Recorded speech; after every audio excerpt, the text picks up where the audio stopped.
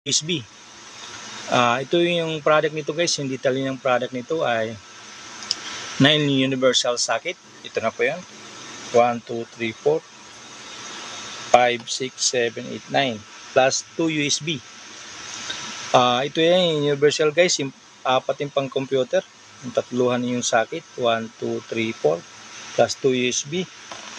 Kapag ang ating chargers na adapter ay hindi natin mahanap, wala, pwede na po ang USB.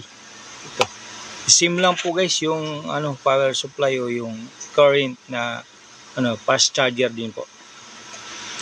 Guys, yung product nito, yung detalye nito, yung sabi nga 9 universal socket, 2 USB, may safety design, may independent switch, ito yun.